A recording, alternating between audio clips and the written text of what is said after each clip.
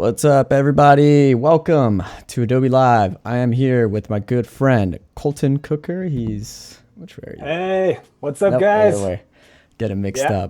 up. Colton's actually a good friend of mine. Yeah. We've actually worked together in the past in a studio. That's how we got to know each other. Yeah. That's even how I got my start with video production. So I'll go ahead and get into his introduction in just a little bit. But first, I want to take care of some housekeeping items. So let's go ahead and have a look at the schedule on what's going on today. So as you can see, we have an action-packed schedule. We just got done with the Photoshop Daily Creative Challenge with Paul Tranny. Thanks, Paul. You always rock those. Before that was the one and only Evan Abrams. He is a guru with all things After Effects related. He did a Getting Started stream.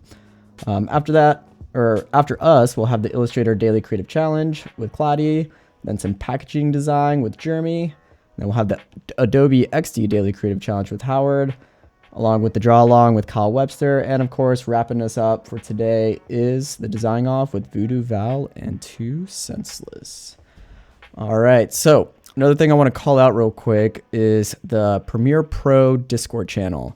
So this was actually a challenge. It was a pilot. It was a 1-week challenge that we did last week with Jason Levine. It was a great challenge that has to do with Premiere Pro and getting started. He gave you some stock footage, gave you some tips and tricks on color adjustment, speed ramping, all that. The Discord channel is still very alive and kicking, and Colton and I, in place of design feedback, we're going to look at that in about an hour and a half. So I encourage everybody to go to that Discord channel. Tim can put the link somewhere. I don't have the slide up for it. But go to that Discord channel if you're interested in anything video related, kind of get your hands dirty with it. We'll be looking at that and giving some live feedback. So just want to say hello to some people in the chat. We got Alberto, we got Tim, we got Clara, Sam Peterson, Kevin, Digital Accomplice. Hey, check it out. Yo. We know that's Dane. We've actually worked with Dane. He's a good friend of ours. Welcome, Dane. Thanks for joining us. We got Steve. Yeah, thank you all. Go ahead and just enjoy watching us. Just add any question or go ahead and ask any questions. We're all here to learn. Ask Colton anything After Effects related. We're here to answer any questions and have a good time doing some motion graphic design. So cool. With all that out of the way, Colton, let's get into your introduction. Who are you? What do you do? Let's hear a little bit about yourself. Yeah, my name's Colton Kooker. I'm a editor, animator. Actually, these days I'm more of a producer, creative director, but I still like to get my hands dirty all the time. I'm from Denver, Colorado. Went to University of Colorado Boulder, got a BFA in film. I actually thought I wanted to be like an editor for feature films and movies. So I moved to California. That's where we met. So then San Francisco, Paco and I both got a job at Digital Accomplice. Kind of figured out that maybe editing wasn't quite for me, but I was really loving motion graphics. It seemed like there's just a lot of companies that needed motion graphics. There weren't as many people doing it. So really dove into that, and the rest is kind of history. Eventually moved back to Denver, started my own studio, Avey Creative. We're all working from home now, but we just do lots of motion design, animation. We've done a lot of VJ clips for pretty big festivals around the world, explainer videos for tech companies, all sorts of stuff. That's awesome. That's a great segue to actually look into some of your work. So Colton and his team, Avey Creative, they're the ones behind the Adobe Live sizzle reel that's been shared around in the social world. So we're going to go ahead and play that real quick, just to kind of give you guys an idea of the work that Colton and his team does. And also because that's actually going to be somewhat the style of the project that we'll be doing today. So Colton is going to be doing a band promo, and we're going to implement some of the like text style, like flashy poppy graphics to put in that video to kind of give it some like motion graphics oomph. So let's go ahead and look at that video real quick so everybody can watch it if you haven't seen it already. Hey, that's us. Hey. Where is the video? The video disappeared. All right, one sec. Going back to this, the beautiful things of live. So let's see, where is it? There it is. Okay, let me just put my computer audio on so all you guys can hear it. And here we go. All right, let's check it out. Hi, everybody. Hi.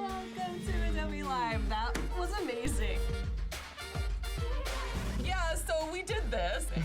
That's good. So look at this. This added highlight, which just pling, just painted hair. This is the greatest reason to watch these streams. I have been using Illustrator for so long and have never used that.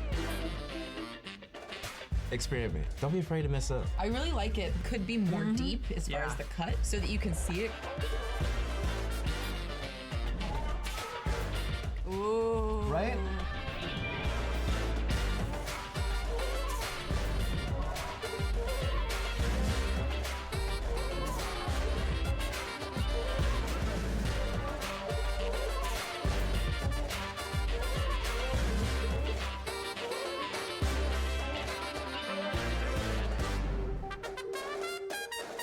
Love it. So rad. So rad. Yeah, so that's a little taste of what Colton and his team do. And I love that video, how it came out. The whole team was super impressed with it. We all loved it. So cool. Yeah, thanks. That was a lot of fun.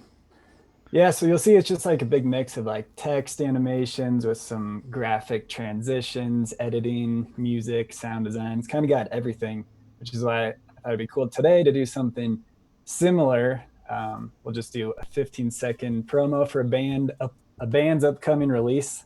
It'd be the same thing, mix of like kinetic text with a cool transition, edit in some of their concert footage. Just kind of a holistic, cohesive video. Yeah, what else? So full disclosure, this is going to be for a band that I play guitar in. So it's kind of self-promotional. This is a little Easter egg in case you all don't know. Colton himself, you can tell by that sweet guitar in the background, but he's actually in a band called the Maslows. They're on Spotify. I encourage you all to check them out. After our stream, go ahead and watch us, then check out the Maslows. But he's kind of a wizard that wears all these hats because he plays music, he writes it, and he also makes their promo videos for them. And we're actually going to get to see how that looks like live. So it's going to be really fun. I'm really excited about this. Yeah, I thought this would be perfect because, when Adobe said they want to do a stream about motion graphics, and they're like, we kind of want it to be about similar to our Adobe Live sizzle reel. I was like, oh, well, I actually have a real project to work on this week because we have this album coming out, and I was actually going to do this, so it's kind of perfect timing. Yeah. That's awesome. Cool. Well, with that, why don't we hop into AfterEffects and start getting into it? All right, cool. So here we are in AfterEffects, and yep, I'll let you take it away, Colton. All right, cool. Yeah, so this will be... Actually, I got some people in the chat asking, how do you spell the Maslows? I think that's with a Z, right? Yeah, Mazlows. Cool. So that's the Maslows. Tim just posted a link in the chat. Thanks, Tim. You're always super quick on those. Cool. So what I like to do to kind of start projects is actually come up with a quick creative brief. It doesn't have to be like super involved, but just so that I can keep my thoughts organized. I have something to reference if I'm kind of getting stuck. So just real quickly, we know it's gonna be the Maslows album debut promo. It's gonna be 15 seconds. We know that Maslows are punk rock, so maybe that's going to be kind of gritty, a little rough, rock and roll. But I also know that Maslows have synth elements, so maybe that's kind of nightlife. I don't know, maybe neon. Try to come up with words that are going to help influence how we're going to make decisions. We know we're going to need text elements, so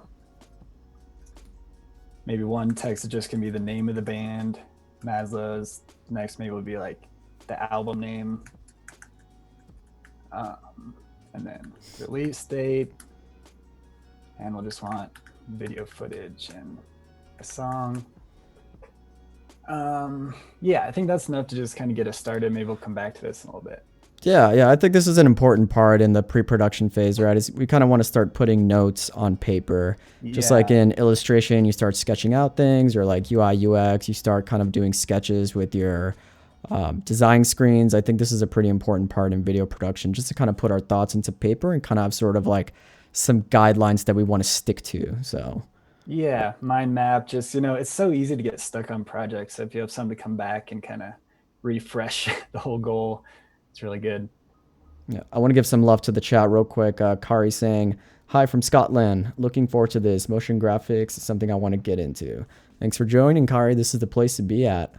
Awesome. Digital Man. Compass saying, great stuff, Colton, on the sizzle reel and all the stuff. And then Tim apparently says that we have a cover band called the Pacos. So maybe Colton and I can get together afterwards and do some sort of cover, but we'll see. No promises. That'd be fun. Cool. Yeah, I'd be really interested to hear where other people are from. So let us know. Yeah, put in the chat where you all are watching from. We always love to see the awesome. worldwide community that we have and where you all are tuning in from. So go ahead and pop in the chat where you're watching us from. Yeah, please do. Cool. All right, so let's just jump into After Effects, see where we go. So my layout might look a little different than yours, but it shouldn't be too crazy. So we'll make a new comp. We're just going to do 1920 by 1080. I'm pretty sure that most of the footage we're going to edit to is 23.97, so we'll leave it that. 5 seconds, that'll be plenty. And yeah, and now are you doing the 23.976 frame rate because this is going with the footage that you shot that was all shot at 23.976 frames? Yeah, I think most of the footage I have is 23.9. Some of it might be a little higher, but it's better to pick the lower frame rate, and that way, you know, like 30 goes into 23 nicer than 23 would go into 30. Does that make sense? Because then you're not duplicating frames. Yeah. Yep, that's a great point. Cool. We have a bunch of people saying where they're coming in from. We have Danes in Maryland. We have The Bridge 2 from India, SoCal, Paula from Nashville, Nelly from England. Wow, we got a lot of people. Cassidy from England, Co from Los Angeles, Seattle, SoCal, Beirut. From Michelle saying from her kitchen with a little chef emoji. Maybe she's doing a cook and learn. New Zealand, Steve. He's one of our regulars. Welcome, Steve. Thanks for joining us. Cool. Yep. Cool. Right on. Thanks everybody for joining. Again, this is all a learning experience. So go ahead and ask Cole and I if you have any questions. We're here to answer your questions and we're here to design together. So yeah. Yeah. Awesome. Really impressed how all over the map people are. Oh yeah. So it's a worldwide audience. Quickly get organized here. So I know we're gonna want a folder for our assets. We're gonna want one for the comps. Oops. Yes, organization is key, everybody. Yeah, you can just right click and instantly get a new folder, a new comp. And we'll start with that. All right, so we're just gonna pop into our comp. So yeah, obviously to get us started, we need the name that we're gonna animate. It's gonna be. Oh, check that font out. What font is that? Yeah, this is Buffalo, which is going to be the first thing I wanted to talk about. You know, normally when you have a client, they'll have like a brand book or like probably their own font you need to use. But if you're doing something for a band or, you know, any passion project that's not going to have their own font, it's really important to have like a little collection of really high quality typefaces to work with. So like I know Adobe Typekit has a bunch of options you can try, or you know, I like get mine from designcuts.com, and it's worth investing because then you get all these different weights and styles, and you have a lot to mix and match that actually work well together. Agreed. I think those weights really add a whole different level to design elements. Like a lot of these stock fonts that come with the programs is they only have like 1 or 2 or 3 weights to work with. But if you really want to take that design to a different level or play around with different things, I mean, I think these different weights are really kind of what make that. And check, I mean, how many does this one have? It's like 15 or something. Yeah, it's a lot, and they all look great. They're all like perfectly kerned, so it just like right out of the box is going to look really good. Help you look more professional. Yeah, agreed. Which, by the way, let's start white because we're just going to be getting like a total base layer going on. I have a question from Kevin, which we touched up on this a little bit, but I think it's worth mentioning. Mentioning goes, why not 30 frames per second for this project? Will it be going on YouTube mainly, or are we going for like the cinematic look? Yeah. So I didn't choose 23.976 for the cinematic look. I chose it because it's going to match the footage that I happen to know I have that I was sent from the band. Hopefully that makes sense. Yeah, it's important to kind of, I would say, like, I usually do this as well. It's like you want to match the majority of what your footage is, right? Like if I have Yeah. 80% footage that's 23.976, then the whole project is going to stick to that. And also, as Colton said, it's a little easier to work with 23.976 than 30 frames per second if you're blending. Yeah, so just quickly, like I already have a Premiere project going with my video clips in here, and just in here we can see, 4 out of the 5 are 23.976, and this one that's 30, that'll be easy to conform. So yeah, cool. Although that's a good point. I mean, like sometimes you want the cinematic look, and that's definitely the 24 frames per second. Claire's asking, how did you make that text layer? It's pretty simple. You just, you can either do the shortcut or you can do the text tool. So you want to show them how you did that real quick, Colton? Yeah, so I usually just, when I'm on my comp, hit Command T, that brings up your text tool, and then you can just click anywhere in the comp. Another way to do it would be right clicking down in your layers. You can go new text layer right there. Easy peasy. Love it. Yeah. Cool. So I want to get the anchor point centered to the text. I use this cool tool called Motion 3, but there's lots of ways you could do that. And then the align panel, I always use this, so I have it on my workspace. We'll just get this centered up. So here's a tip that I always have to teach my junior editors. So if you perfectly center your text in the comp, and by the way, option quotation marks brings up a grid. So it's like, yeah, this is perfectly centered. However, visually, it looks a little bit down. Can you see that, Paco? How kind of does a little bit, yeah. So usually what I'll do is it's called cheating it up. And so maybe we'll align the center with this edge in the S, or maybe the Z, but that looks a little too low. So let's try the S. I like that term, cheating it up, because I agree, even though the very minute computer algorithm is actually telling us that's centered visually, it doesn't actually look centered to the eye. So yeah, I think that's a great tip for sure. Yeah, so now that we cheated it up, it actually looks visually centered. So I think this is a pretty cool, nice, pretty cool starting point. I picked 300. I like to pick even numbers for the text, and this will come up later when we're going to make sub text. When the number is even, it makes it easier to divide it. That'll make more sense later. Just hang on to that thought. Claire's asking, Quinn, where did you get that plugin? I assume she's talking about the Motion 3 one. Yeah, Motion 3 is by Mount MoGraph, which is actually a company here in Denver. They make awesome plugins for AfterEffects. And I believe he's been on our show before, actually, too. Yeah. Mount MoGraph. The very, very early days of Adobe Live. I think Mount MoGraph was actually one of our first AfterEffects streams. So that's awesome. Great little circle back to him. He's a great guy. The whole Mount MoGraph team, Isaac Braxis and Koen Schmitz, they're all really cool. So definitely check them out. Nice. All right. So for our base layer, we just want something basic to pull it into the frame. I'm thinking this is an album release. It's it's finally here. It's ta-da. It's it's arrived. This sounds kind of insane, but it's just my internal logic trying to figure out what motion is going to make sense. So I just hit UU to bring up parameters, and we're actually going to do the text animator. So a lot of people would just come in here and hit position, and you can move it with these keyframes.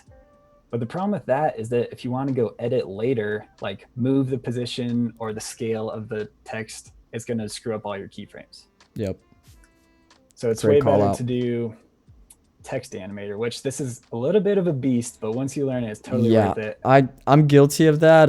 It's a little easier when beginning to work with keyframes, but like Colton said, that is a big issue when you start messing around with things, which you will, and it just messes up all the keyframes. So I would almost say it's worth kind of learning that curve of adding the text animator, because it kind of pre-comps everything, so any movements doesn't affect it. It just follows through with the motion. So yeah, totally. And I'm not going to go into huge detail on how to use this tool, but there's tons of tutorials, and you'll kind of see how it ends up working from what I do. All right, so I'm going to shorten my comp length a little bit. I'm just going to hit end, or the work, what's it called? Work area. Mm-hmm. Right when we hit play, it's just going to loop at 1.5 seconds. And I think a second is actually a long amount of time for a text animation. I think when you're getting started, you're like, oh, a second is not much time, but in like motion design world, a frame is not much time. A second is a lot of time. Yep, for sure. All right. Anyway, so I think we're gonna have like the first step of this be like the text will move from the bottom to the top. So we're gonna move this position down, maybe like, I don't know, 250. We're going to go in the advanced tab, switch this to ramp up, which just means it's going to animate from left to right. And then the offset is how we actually get this to animate. So let's set a keyframe of -100 over here. Go to 1 second, move it to +100, and now you can see what that did. Really Check basic. that out.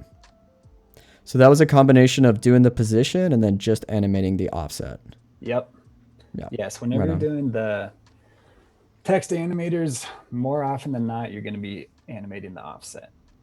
All right, so now we want to make this a little more interesting.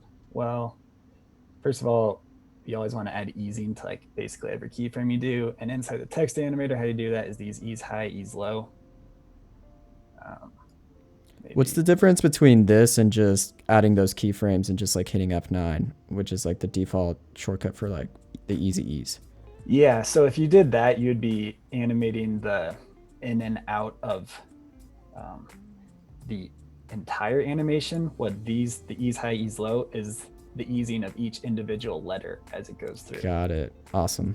Yeah, it's like I said, this is a little confusing. This is kind of like the hurdle to get over. But yeah, just stick with me here. So inside this animator, we can add opacity, so it's also fading up. So if we turn that down to 0, that means it's going from 0 opacity to 100. So now it's coming out of nowhere, pretty cool, except we want to add secondary animation to this to give it a little more life. So what I might do now is we're gonna animate position again. So this would be a second animator. Oops, did I do the right thing? All right, animator 2. So this time I'm gonna have it like overshoot, so it comes from the bottom and then goes a little too high before it lands in place. Nice. So we had this position, it was going up 250 pixels. Maybe this one's gonna come down like -50. All right, so again, we're gonna do ramp up because we're doing from left to right. We're gonna animate the offset again from -100 to 100. All right, so, oh yeah, and then a little bit of easing, maybe 50. All right, so then I'm just gonna select my whole layer, hit U, so I can just get rid of some of the parameters we weren't Yeah, using. that U shortcut is one of my favorite things. It just kind of consolidates so that you're only looking with the keyframes you're working at. Because you saw that just, we had so many parameters that were just taking up so much space. Yeah. But by hitting U, it just kind of like trims out all that fat and just gives us like the stuff we're working with. And by the way, if you hit U, that brings up every parameter that's been affected by you at all. And just a single U is just your keyframes. So those are both like, my U key is probably gonna get worn out before anything else. But We have Keith saying, oh, had to take a call, missed everything. What are we doing? We'll give you the TLDR version of it. What's the TLDR? Like quick 1 minute pitch of what we're doing, Colton. yeah, we're just making our base layer that we're gonna base the whole animation off. And we're using text animators instead of like position and scale keyframes. Hopefully that probably makes sense. And this But is all for a band promo that we're going to make live that Colton has to do for the client, which coincidentally is his own band. So yeah, this is all very exciting stuff. self-promotional, but Yeah. all right, so I know that 1 second is going to be a little bit too much, so I just move these keyframes in a little bit. And now the trick is going to be to offset these. So we move this one over just a few frames, and now you see it goes up, overshoots a little bit, and then rests. Nice. So let's just watch that in real time real quick. Sweet effect. Yeah, that overshoot is so subtle, but it really does kind of add this whole different element to the motion graphic. Yeah, the secondary animation, just it's all in the details for animation for sure. And maybe we could do it even a little bit more. Maybe let's make this 75. Cool. All right, and then I'm thinking we could have a third, just keep like kind of stacking the effects. Like Let's do it. what if we actually do the tracking? So this would be the space in between the letters. We have some guy named Paco Siller saying, "Hey Colton, oh man, just seems like yesterday you were teaching Paco and I After Effects for the first time." Yeah. What's up, Andres? What's up, Dre's? Dre's is my brother, my twin brother, actually. Think of this face on someone else. That's Andres, because he's twins. Yeah. I remember the first day there in the office, I was pretty confused, but I got it figured out. Yeah. He's like, there's two of you? I have to teach two of you now, not just one? We're like, yep. Yeah, those are fun days. So Good anyway, I days. just added a third animator. We're going to animate the tracking. So here, I'll scoot over so you can see what this is doing. So just pushing the text far apart, maybe like just the very edge of the frame, something like that. I'll scoot this keyframe over to the beginning. Maybe we'll add a little easing here. So this would be the same thing as hitting F9, except I use motion. It just makes it a little more obvious, like what that actual graph looks like. So you can see it's going to kind of ease into it. It's pretty cool. You're actually taking like the line graph editing in After Effects, but it's just right there on its own little panel for you to work with. Yeah, it's super this thing useful. is so powerful. I can't recommend it enough. Yeah, plugins are great just to kind of like expedite the workflows that you already know what you do. Like if you're just starting off After Effects, I encourage you to kind of learn the basics of it. But once you start using tools all the time for certain things, and you can start to look at plugins that will just like give you a shortcut to all that. Yeah, plugins are really all about just saving you time. Almost everything you want to do can be done in like the base version of After Effects, but time is money. Yep. You want to figure out how to expedite all these workflows once you start working on them 24/7. Cool. So I'm digging this as like our base animation, and I'm kind of going back to that like nightlife thing we talked about. I'm thinking like, what if some of the letters kind of flashed a little bit, sort of neon light-esque? Yeah, let's do it. So I'm thinking we'll add another animator, another opacity one. And this one we're gonna actually set to a randomize. So down in advanced, turn on randomize order. And let's see, not square. This one will do triangle. But again, this is gonna be confusing, but triangles, it basically like makes the highest effect in the center and the least effect on the edges. I know that sounds confusing, but kind of like a triangle. Yeah, I get it. Yeah. We have the bridge too saying those secondary animations are given so much life to it. Cool.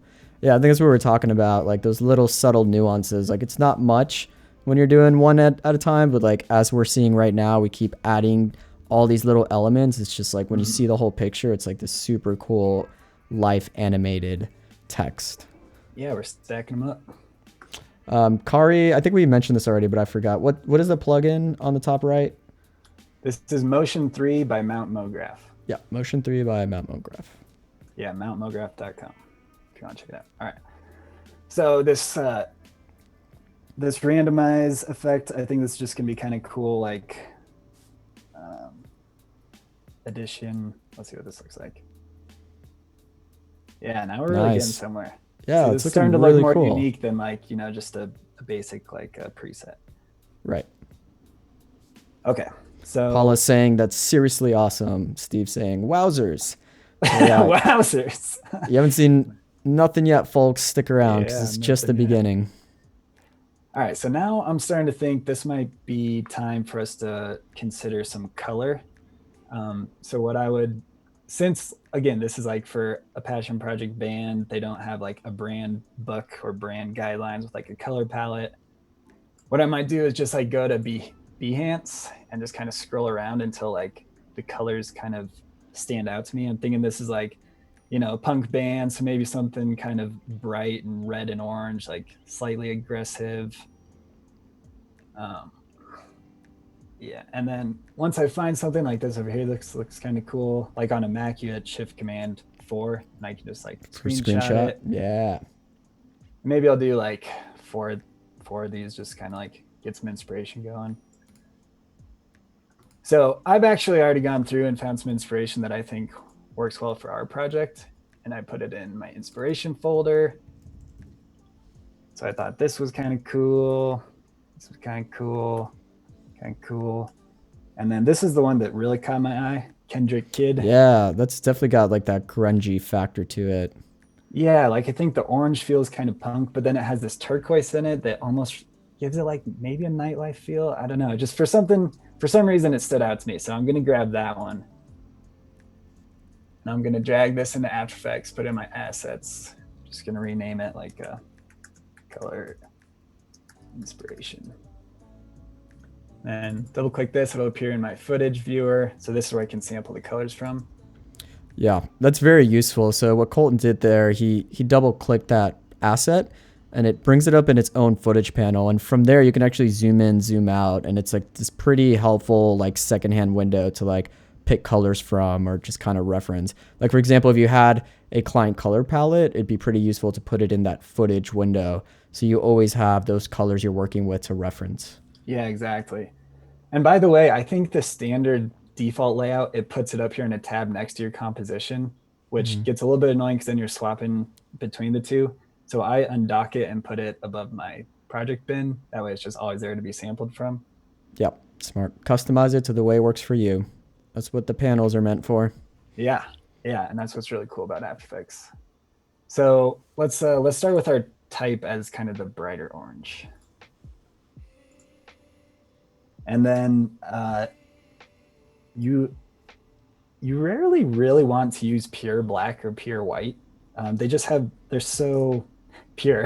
Like, yeah, that's a big design tip. Like when people start out, I think that, I mean, I'm guilty of this when I first started out, and the more you kind of get into like improving design, they're like, yeah, don't really ever use pure white or pure black. Just kind of off it a little bit. Yeah, I can't recommend enough. Just like make a background that's like 10% white, so it's like a really dark gray like this. And then this already is gonna have like that's already looking way better. Yeah, I agree. Like instead of that just black, just even moving that hue a little bit, it's like it already looks like something professionally designed. Yeah. All right, so this is a good base. So now let's start layering it up. So the first way we can add some detail into this is by using textures, and there's tons of free textures online. What I think are really cool are like the animated textures. Like there's people online that make these, they're basically like GIFs or loops of cool textures. Like maybe it's like a wood texture or a rock texture or whatever. So I've actually gone through and purchased look at a few. That color-coded folder. Yeah, just a quick shout out to this guy because I like to support the people I buy stuff from. So this is aescripts.com PQ Grit Kit. Nice. It's just cool to support the people that are like making assets for us. All right. Absolutely. So I got his kit here, and then I'll just show you real quick like what this kind of looks like. You can see this, right? Yeah, we can. So we can kind of scroll through just kind of gritty textures, which I think is going to reinforce kind of the punk rock and roll kind of thing. Digital Accomplice is saying crocodile scales. Yeah. Croc scales. No, I agree. I think one of the things that like I unlocked or leveled up with After Effects is kind of just discovering this whole texture implementation to the motion graphics. Like I think it really does add like another element. Like when you're starting out, it's like you're just kind of playing with text and you're looking at ways to kind of make it pop more, make it look better. And I think this right here is like a big step in really making something look like professional and super cool and unique. Yeah, each detail you add like makes it worth watching the animation again. It's like the first time you notice what the text says, the second time you notice this other detail, the third time you notice like even deeper details. So for sure, good thing to keep thinking about. So I went through and picked 4 of the textures that I thought were pretty cool, and then I'm just gonna drag these in After Effects. Another quick tip here: you gotta hold Option when you're dragging a folder into After Effects. Otherwise, it tries to come in as a sequence, as if it were like a PNG sequence that's going to try to turn into a video. Did not know that. Sweet tip. So, all right. So we got our selects in here. And then I'm going to have the texture be on the text itself, I think. So maybe we'll do some track matte action. So I'll put that above the Maslow's, and then we'll have this be Let's try Illumimat. This kind of is where you start experimenting a bit. Mm-hmm. Maybe an inverted mat. So you can already see this layer of depth that's coming in now. This is awesome. I love track mats. Again, it's one of those things that once you unlocked it, really open up like infinite possibilities. One thing to note that's important about track mats, it's the layer really is important, whether or not that it's living on top or below the thing that you want it to affect. Yep. Yeah, Yeah, totally. so- Whatever is above is what becomes the mask for the layer below. Yeah. And so right now, this might seem like I did it backwards because I have the text below the texture. But what I'm trying to get is the texture to let through light into the text. Yeah. I That's know what that sounds really Lumet- confusing, but you should just experiment with putting both in each spot and you'll see the Yeah, differences. that's the best way to learn these things. It's just experiment and get your hands dirty with this stuff. So I'm thinking that this one is cool, but maybe not totally right. So let's try like soap. And a cool way to like swap what you have in the bin for the layer is just select the layer on your comp, then the layer in the bin, and then you do Option Command question mark. Oops, I had the wrong thing selected. I had the text, not the texture. All right, let's try it again. And then it just automatically swaps them out. So rad. Pro tip right there. And so I think this is looking really sick. I'm thinking it's a little dark just because this texture is kind of a medium gray. So let's just throw curves on it. So I just have my effects and presets panel here, and then I'm going to just type in curves, double click, and since I have this selected, it'll automatically put it on that layer. Now we can just make it S curve to bring out some contrast. There it is. Make it pop. Make it pop, exactly. So if I toggle this on and off, you can see it's like Yeah. making it brighter. So that's pretty dope. Cool. All right. But we're not Look at done that. there. Keep I layering. think it also really brought out those scratches too, like just Yeah. that implementation of that S curve right there. So that's yeah, cool. I mean, I think All that's those little like things totally adding up. punk rock. Yeah. Yep.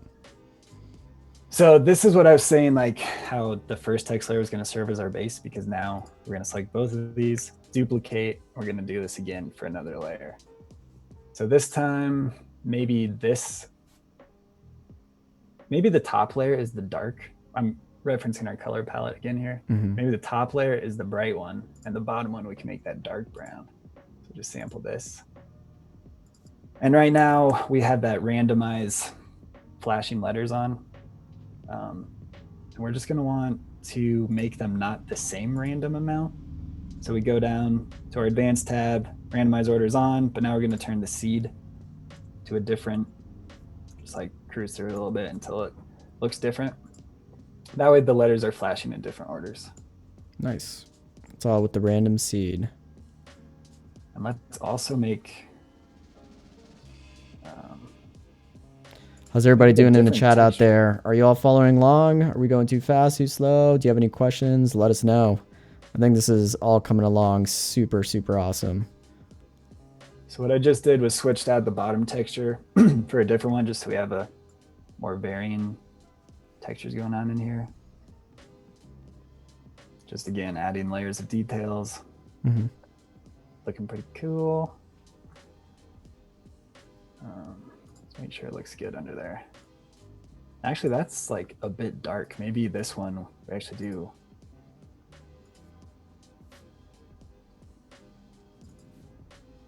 Let's see. I don't know, I'm just messing around to try and get it to pop a little bit more.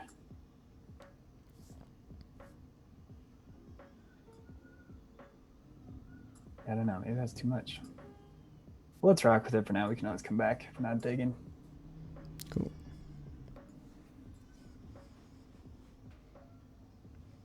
Cool. All right, so now I'm thinking we could do even another layer, going back to so I think we really got like kind of our gritty punk rock feel.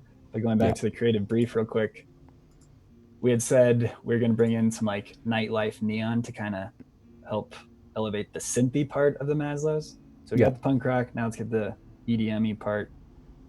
EDME. EDM. So we'll just We take have this. Paula saying, just starting to learn. This is a perfect pace. Glad to hear. Digital Accomplice. Pace is good. You guys are doing a great job. Articulate. No surprises, really. Awesome. Good to hear. Nice. Cool. So I just duplicated a third version of the Maslow's text And what is the layer. purpose of duplicating all this again? So if you're duplicating, we're still getting this text in. I'm pointing at my screen as if you guys can see it. But then we're saving all these text keyframes that we had laid down. Right. And that way, it's completely matching. We're making layers of the same thing. So you're sort of using it as a template. Yep, totally. Cool. And then this one, I'm thinking like neon, like bright neon sign, but not like a lot of it. Maybe just like some flashes. So I know that this font has a outline version. Whoa. Check that out. And then if we make this one, this kind of cool neon turquoise, this will serve as like kind of our flashing on and on. Like right now it looks kind of a little funky. It's kind of vibrating, but we're going to make this better. It's really cool that text itself just has the option to outline, right? Like I don't think that's common in a lot of font packs.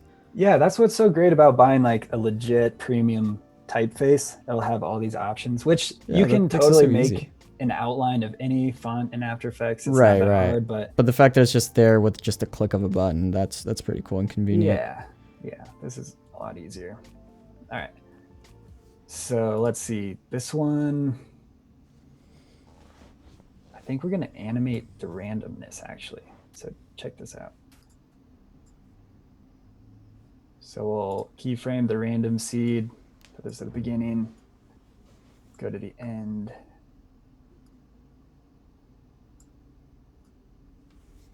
All right, see how now it's like random letters are flashing the neon? Yeah. I think that'd be pretty cool.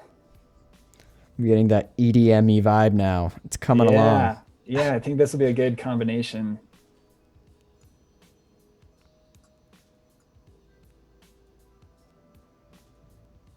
I mean, I don't know, maybe it's too much.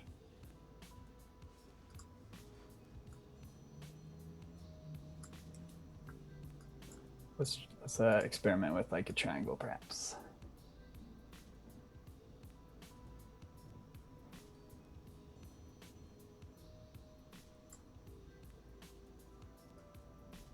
Just messing with the easing a little bit so there's a little bit more of a ramp.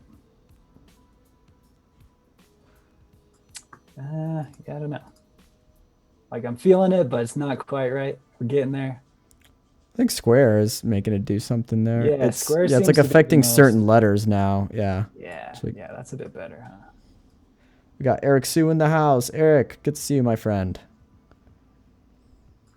All right, let's rock with this for a sec. Now I'm thinking what's gonna like really kind of give it that neon feel is if we add an adjustment layer. So I'm right clicking new adjustment layer.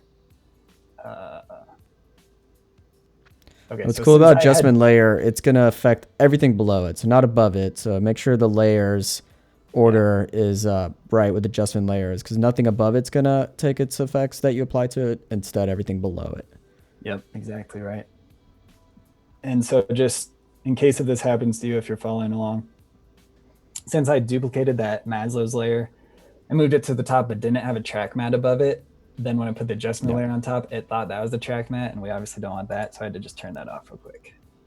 Common track mat mistake. Definitely guilty of it. Yeah, it happens all the time, just like one of those things that you'll kind of learn as you go. All right, so now in the adjustment layer, I'm thinking a glow. And it's easy to go overboard with glow, but it can definitely be cool. Wow, but it's so cool though. Look at it. Look at what it's doing. I'm really getting like that retro, like 70s style neon lights now. Yeah, totally. And we're going for like a little bit subtle, but Whoa. definitely want some effect. And then it'd be cool if it was like just vertical.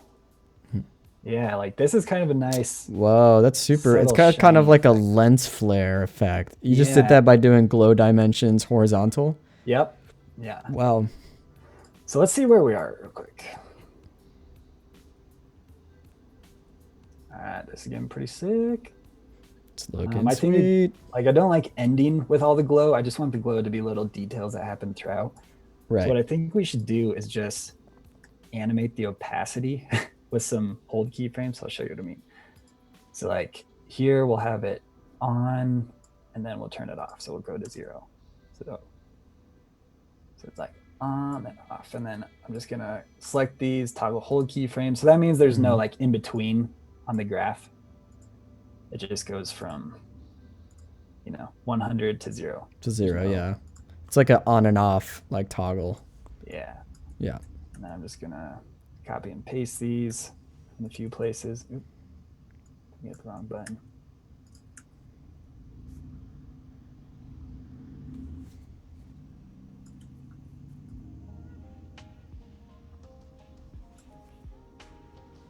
Maybe that one has a lot.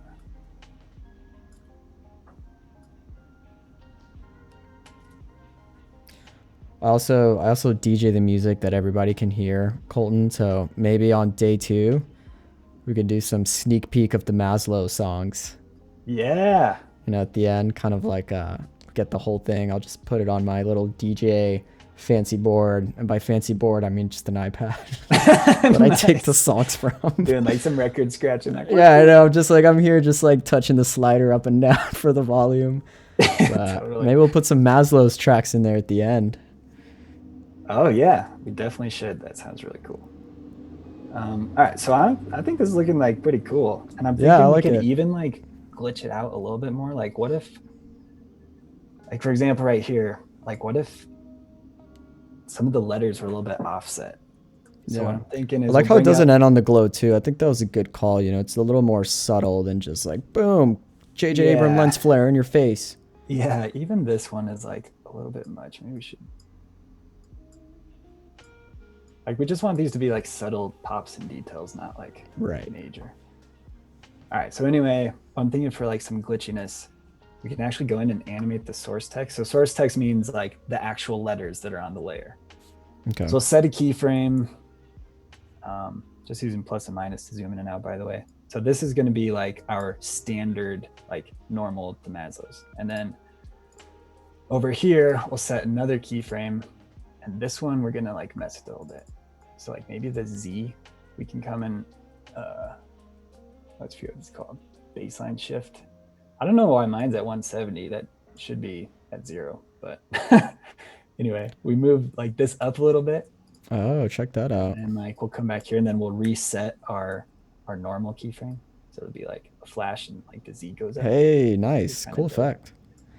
Digital Accomplice is asking a link to the pre-sale album, maybe on day 2 at the end. Oh yeah, that's a good call.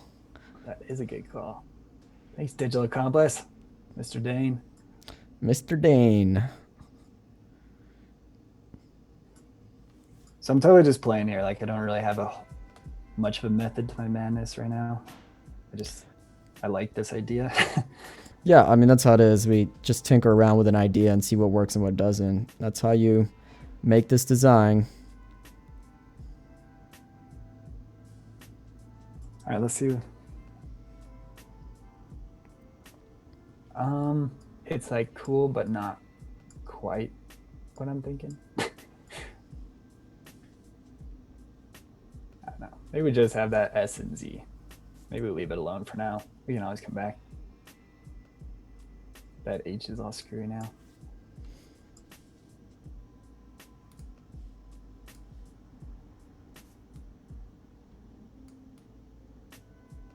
You're just one more. The L. Can't help myself.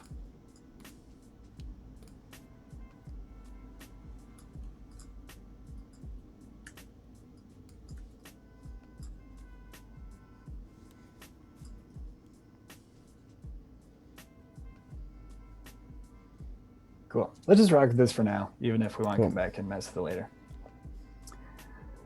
Okay, so this is great, but let's try to get like some graphic elements in it that sort of reinforce the idea. Like a little extra sizzle to the screen. Let's do it. Let's sizzle it up. Like often what I like to do is put in a motivator. And what I mean by motivator is... Oh, I remember one of the things you taught us at the very beginning. Yeah. This is a great concept with motion design.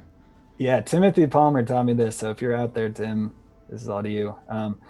So if you imagine like you're throwing a baseball or something and the baseball is the text that you're animating in the air, the arm would be what motivated it to move. It's like it through the animation. So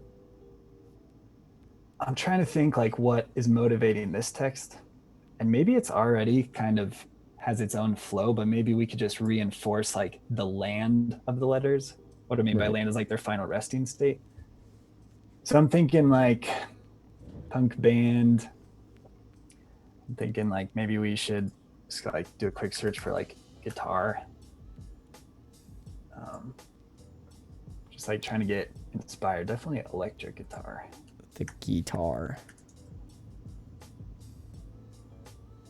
So I don't know if we like look at this image.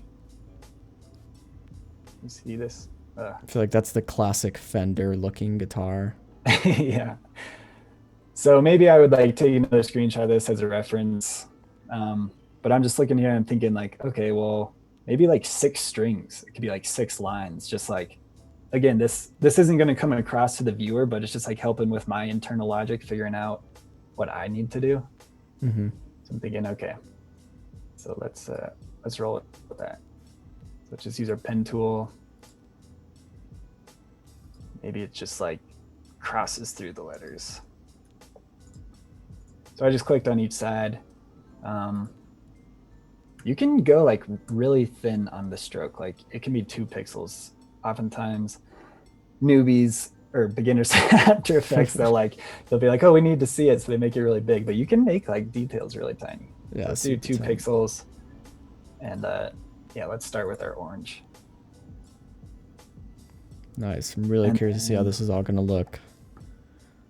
And then since we want to make 6 of them, rather than like copy and paste into 6 times, we can just add a repeater, which is just any shape layer. You can add these parameters that help you affect the layer.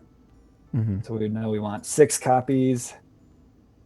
And then in transform, this is like where they're being copied. So right now it's just being copied over on the x-axis. We can't even see because it's a straight line. But if we move the y, then we can see them.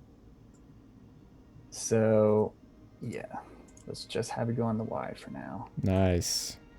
Like little strings on a guitar. I see what's going on. Yeah. Okay, nice. All right, so then again, let's have a reason for where they're landing. So I'm thinking we'll use the Z as our like deciding factor. Mm-hmm. And then, so like, yeah, just go to each edge of the Z. Okay, cool. And then. So it does look like some of the letters are in front of the strings and some are behind. Do you see that? Or am I just so right tripping out? now it's just the How is it doing that? transparency. So since we used the textures as our track mats, it's only like Got it. letting That's through so certain cool. parts. Yeah, I really like that effect. I don't know if that was planned, but I mean, that's a super cool effect with this. Yeah, happy accidents for sure. Happy accidents. Okay, so this looks pretty cool. I'm thinking like if we do actually offset this a little bit, maybe it'll kind of have like a racing stripe feel.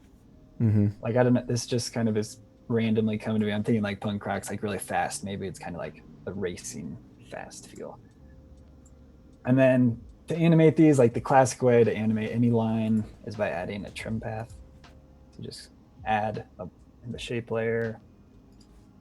And how this works is we're just animating the start and end points. So we know we want to put a keyframe with them all off, then a keyframe with them all on. Another keyframe to animate from the other direction. And hopefully I'm not going too fast now, but I think this is. I think it's pretty looking basic good. stuff. Yeah, I'm loving how this is all looking. I'm curious to know, chat, what do you think of this design? Is it adhering to the little brief we did at the beginning? Does this feel grungy, punk rocky, racy? I mean, I personally think you're kind of hitting all those check marks, but let us know what you're thinking in the chat. How's this design looking? And if you were to see this, like say you come into the stream now and you see this, you'd be like, huh, like, is that a band genre for? And yeah, let's hear what it looks like to you all. Yeah, and I hope just as I talk through my thought process, that's making sense. Because for me, like learning animation, like the biggest hurdle was like figuring out like how do these people decide like what animation they're going to do for this. Yeah, I agree. That's kind of like the biggest learning curve, I think. Yeah. I think once you're able to do that, you really kind of level up with design. I mean, I do elementary motion graphics for some of the videos that like personal videos I do.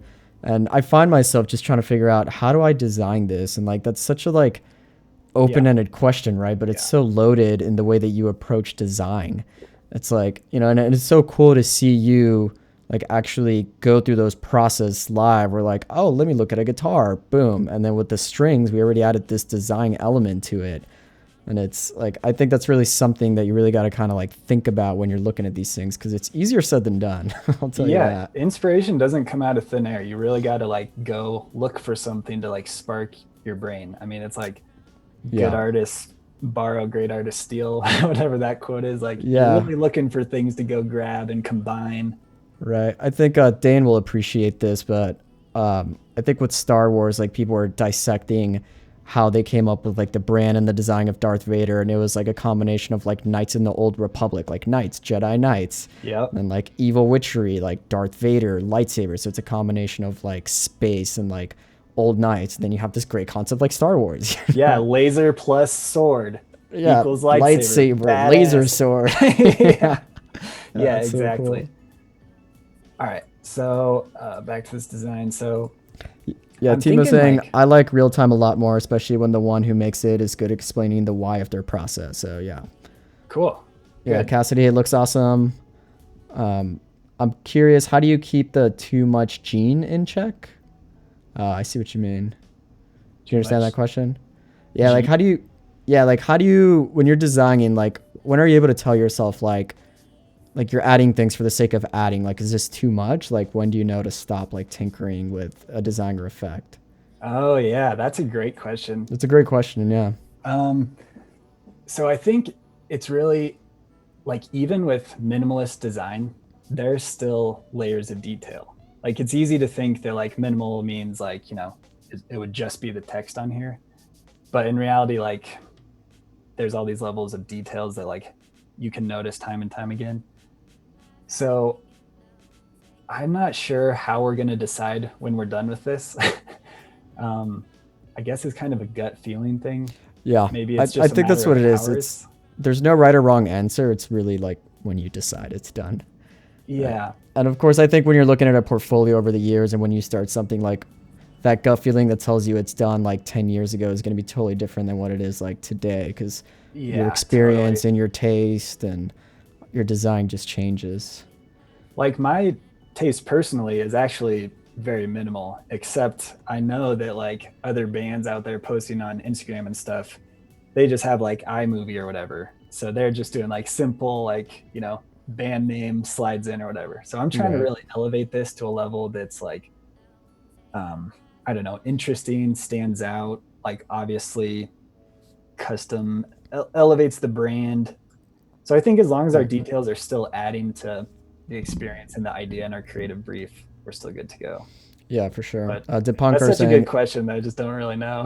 That's a great question. Dipankar said it has an 80s vibe, which I think it does. It does kind of have like a Blade Runner kind of thing. Yeah, that's what I was gonna say, like a Blade Runner kind of glowy effect vibe. Yeah, I think that works with punk rock, actually. Like, yeah. Punk kind of comes from the 70s and 80s, so maybe this is a good thing. We'll see. Yeah, this is great. Yeah, keep the questions, the comments coming. This is a great. So I was just thinking as we were talking, like maybe these lines, like I'm seeing this, the letters glow again here, and I'm thinking maybe this like makes the lines catch energy. It sounds insane. Or like energizing like protons or something. Yeah, it's like, what if the Maslow's is what is like injecting energy into the design? So let's try making a second layer of this, and this one will actually have the glow as if it like caught the glow. Yeah. Paula has a suggestion.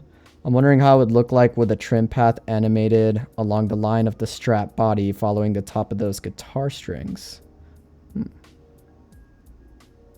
Say that again. I'm not sure. It says, I'm wondering how it would look with the trim path animated along the line of the strap body following the top of those guitar strings. Paul, are you referring like if we had sort of like another line up top that like energizes the strings below that? I'm not sure. Let us know. Let's get some clarification. I'm totally down to try some things. Not completely sure I followed that, but let's roll with this idea of like the type. So let's just align the layers a little bit better. So it's like when the red ones hit the Maslow's, it turns into the blue ones. So we're not quite, oh, you know what? I think it's because I should offset these keyframes a bit so it doesn't have such a resting state. That was a cool trick. So you highlighted one set of keyframes and then added another selection to that. Did you just hold Command, like to click and drag? Yeah, so one thing you could do is select all these keyframes and then you can hold Option and it'll compress them all together. Yeah. Or you can just, select the ones you want with the box and move them in. Sweet. Either way is a good way to do it. Nice. We got Gus Man in the chat. Paco and Colton, dynamic duo. Hey Gus, good to see you. Good to see you too. All right, I'm thinking these should be like underneath so they all glow and everything. Oh man, it's like close, but it's not quite aligning right. So for those of you that are just joining, we're trying to figure out what to do with these lines that are going, and Colton had the great idea of maybe having that Z kind of like energize them. So it goes from like red plane and then they get like sort of energized like light protons and then they shoot out with a glowing effect. Yeah. Which I think is looking super cool. All right, let's see where we're at right now. I think this is gonna be badass. Okay. And Matt, yeah, check that out. Yeah, this looks cool. Yeah. So you'll see that the texture ends at 2 seconds. That's because the loop ended there. So here's how you get it to loop. So we know we want soap to loop, so we're gonna reveal this in the layer source project, which that would have been easy to find, but sometimes you'll have a ton of stuff in here. Then you right click, interpret footage, main, and then down at the bottom here's how many times you want the layer to loop. This is blowing my mind. I usually do an expression like the loop out expression, but this is just so much easier. Yeah, expressions are also great. That'd be another good way to do this. I'm saying for like a beginner way to figure out how to loop this. I had no idea you can just do that in the interpret footage panel. That's awesome. Yeah, it's a really cool, easy way to loop. Yeah, 10 times, boom, it's already looped. So now, then our texture continues. And I'm also thinking like, we might as well put some textures on these lines. Yeah. At least Tim just called out something great that I want to call out. We're actually doing live feedback from these live streams. We'd love to hear your input on what you like, what you would like to see, constructive criticism for all that. So now's your chance to kind of give us a taste of what you'd like about these shows. And we're always open to hearing the community, what everybody wants, what everybody doesn't like. So go ahead and go to the link that Tim just called out. And go ahead and fill out that survey to give us a glimpse of what you all are liking about this and what you'd like to see better, and et cetera, et cetera. So cool. Thanks for that reminder, Tim. Yeah, that's great. All right, so all I did here was just add this animated texture to the lines, which I think just kind of helps it glue to the text a little bit better. Yeah, definitely. All right, so I'm like pretty happy with this. I'm thinking one more thing just in the same vein of like the Z, like energizing these lines. Like maybe we do a quick flash frame. Like that's kind of a cheap, easy trick. Yeah, let's do it. So it'll be like a full frame of red, almost as if it's like inverting. Cool. Just a quick time check. We have about 25 minutes left before we're going to hop into the Premiere Pro Discord and start looking at some of that feedback and giving some feedback. Cool. Feedback on That's feedback. good. Yeah, I think we're doing good here. So maybe it's like 2 frames, or maybe it's like, you can duplicate this and it'll be like 1 frame, then 2 frames. Again, like flash frames can be really quick.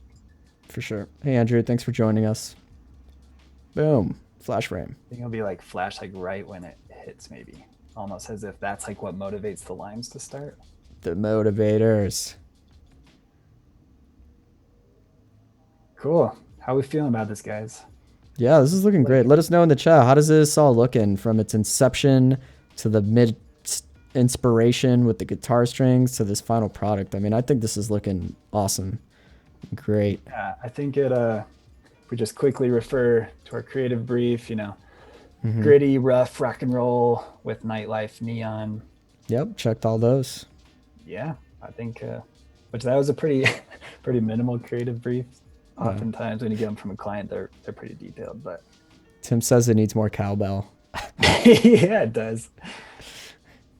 Cool.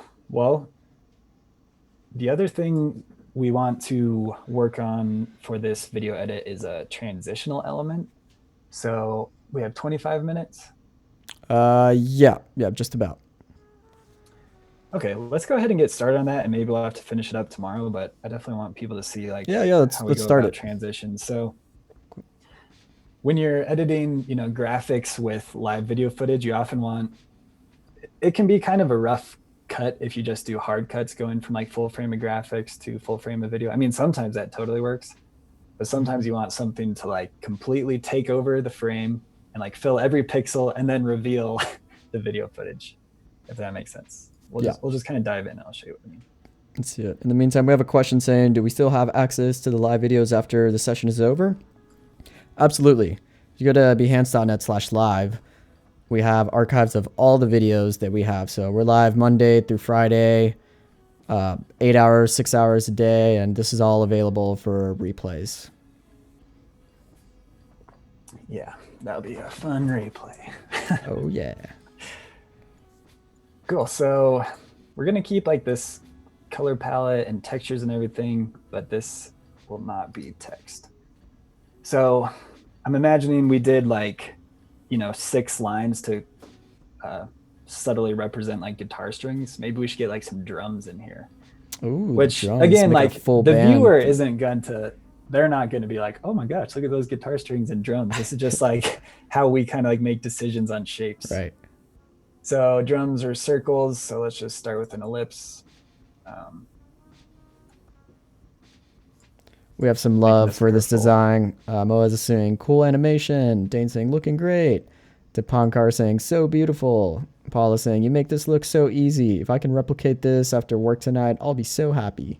Oh, awesome. Malik is saying, it's rockin'. Isaac So saying, glad to looks hear great. Yes, thank you all. Yep. That's All right. super dope. I'm really stoked to hear that. So we're adding some drum elements now. Yeah, so this is drum number 1.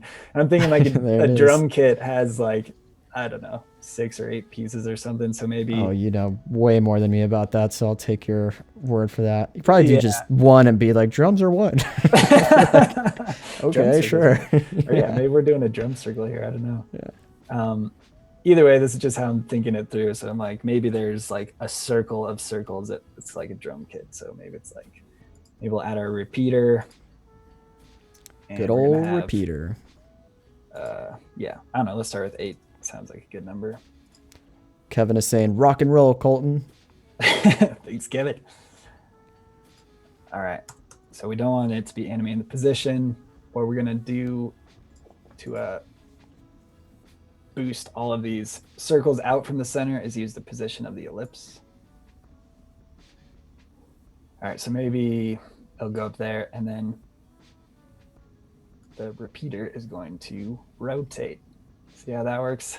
Yeah, check the that repeaters out. are another thing that's like the text animators, where it's like I recommend just going and looking up tutorials to explain this. I'm going through it kind of quick, and it's like kind of complicated. But the quick tip here is if you're trying to animate something around a circle and you know you have 8 items. Yeah. You know, a circle is 360 degrees, so we do 360 divided by 8. That's why we want those like, even numbers. Inside parameters in After Effects, it'll actually do math for you.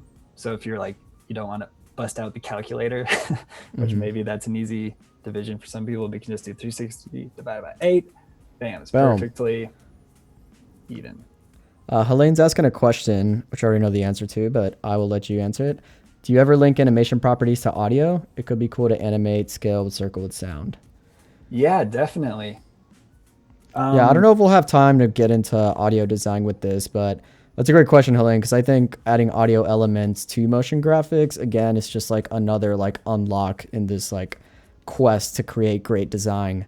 It definitely gives it a whole different element to it. Yeah, I would definitely recommend experimenting with that. It's really fun. I've done it before. Yeah, and you do your own audio, right? Don't you create your own audio for sound effects? Yeah, I do a little bit. I actually have a in-house sound designer at Avey Creative, Isaac Broxius, who also does the sounds for Boombox by Mount Mograph. Yeah, definitely worth checking those guys out. Sounds bring it to the whole next level.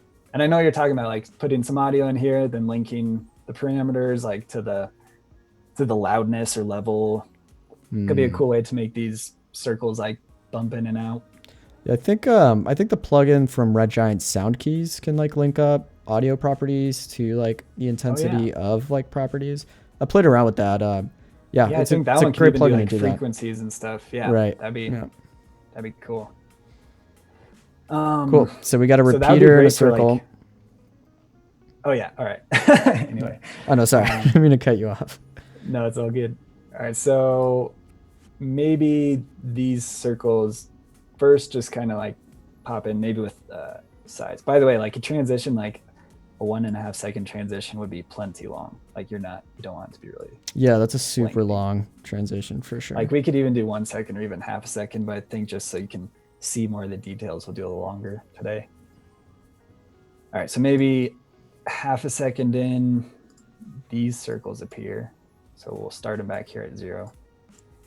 And it's better to animate like the shape of the path or the size inside the path rather than using scale. Because if you use scale, affects everything. Yeah. yeah, then the stroke of the circles is actually growing.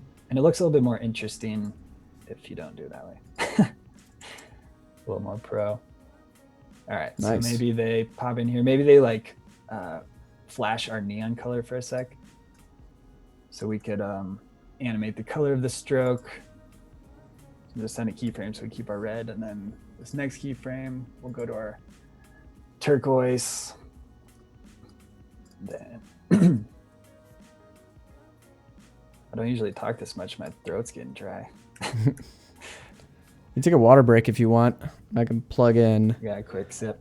Cool. While you do that, there's one more thing I want to call out. It's the community fund. All right. So this is we're going a little bit off subject here, but it's something that I do want to call out that is super cool that Adobe is doing. So the community team has put together a $1 million community fund aimed at providing resources for creatives negatively impacted by COVID. This project will run the entirety of 2020, so there is no rush to apply. And I'm just going to switch to my computer real quick just to show you that landing page if you want to read more about this. Here we go.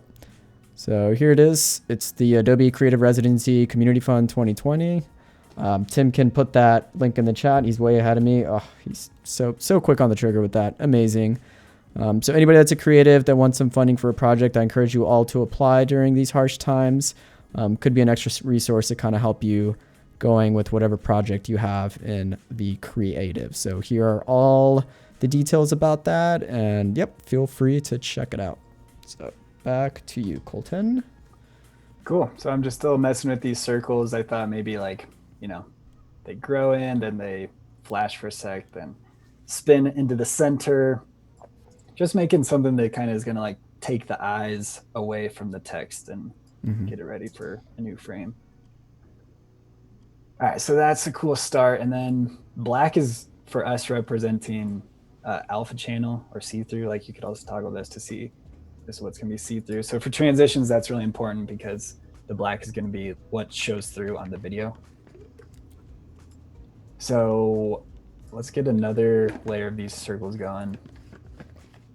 But this time, let's delete these keyframes. So we just got the circles again. Maybe push these out a bit. Maybe this one isn't a stroke, so we can turn the stroke off and we'll make this a fill. Maybe like the brown layer. I don't know, we'll see how that looks. So we need something that's going to fill up every pixel on the frame. Yep. So it'll start at 0. And then by 1 second, it'll be huge. Hey. Maybe like that. I don't know. This could Eat every pixel. yeah, it could is. be lame. We'll see. Definitely put some easing on that. But we're at 1 second here, and we're still only at the frame that covers the entire frame, or we're only at the keyframe that covers the whole screen. So maybe this needs to be earlier. Whoa. So There's the this is sound looking, design. this is too insane. Yeah. That was too much, I think. Maybe we could layer these a bit. So like that'll go that far. And then maybe we'll make another one of these. And this one can be like out further to fill these edges.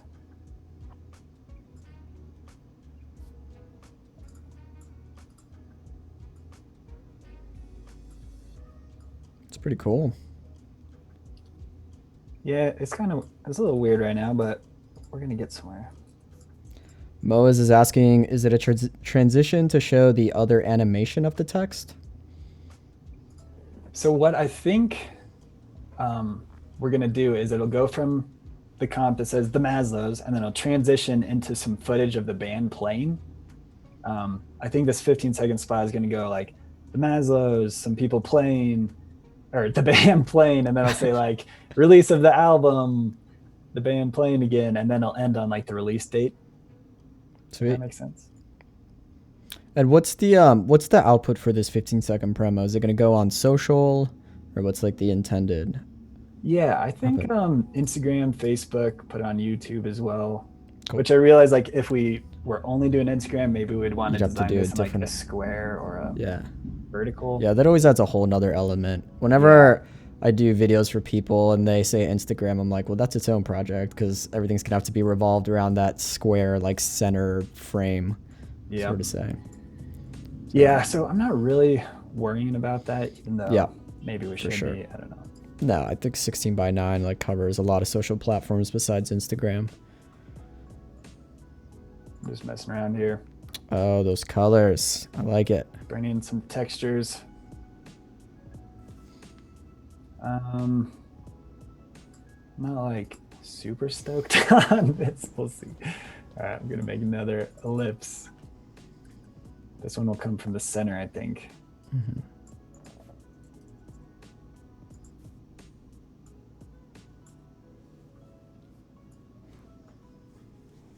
This would be like the real destroyer of everything. The destroyer. Oops, I forgot to hit stopwatch to set keyframes.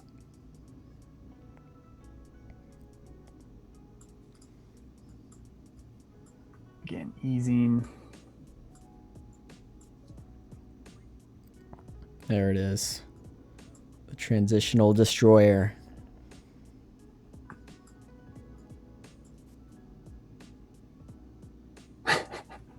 This one's pretty intense, guys. I don't know. We'll keep rolling with it, but I would maybe consider starting over if it was just me.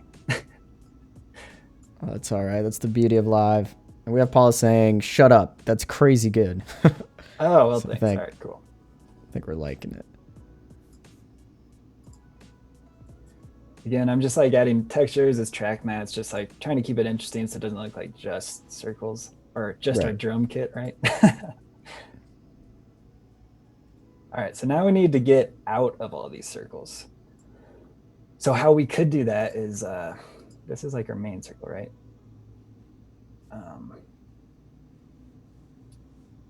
You know, instead of this one having texture, no track mat, then I'm going to duplicate this. And then this is going to be another track mat that actually animates out.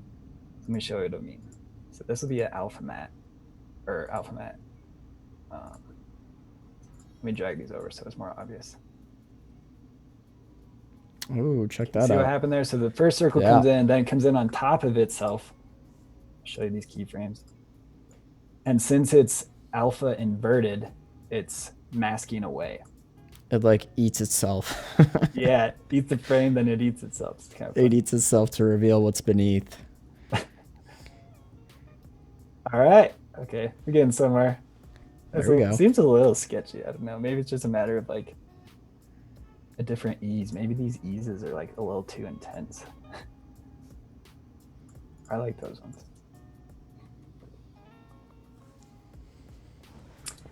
All right, let's have like a little after.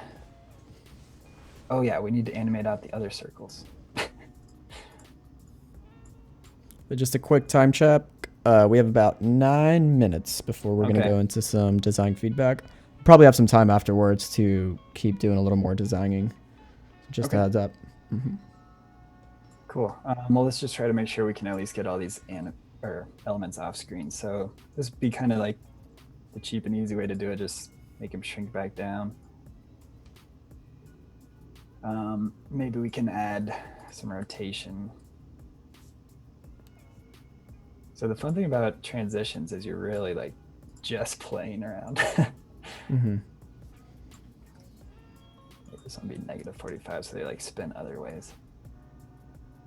All right, this is kind of cool. It's all right. Put some easing there.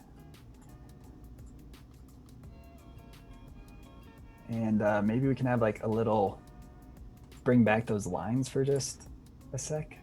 Yeah, the guitar Fender lines. Yeah. All right. And maybe these also are like going out in the circle, so it'll be like, where's my rotation go? This one would be 360 divided by 6.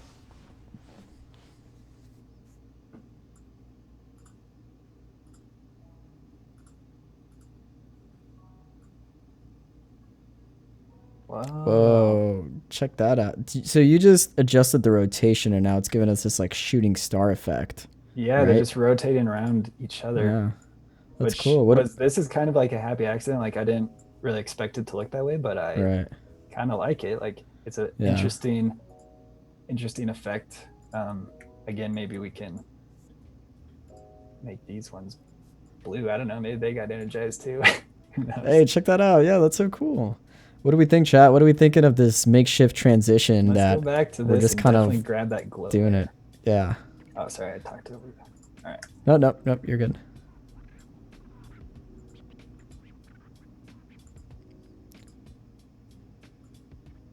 All right, so the glow kind of. Well, you're getting energized. All right, this is pretty crazy, guys. Woo! That's looking pretty cool. Tim says, yes, more lines.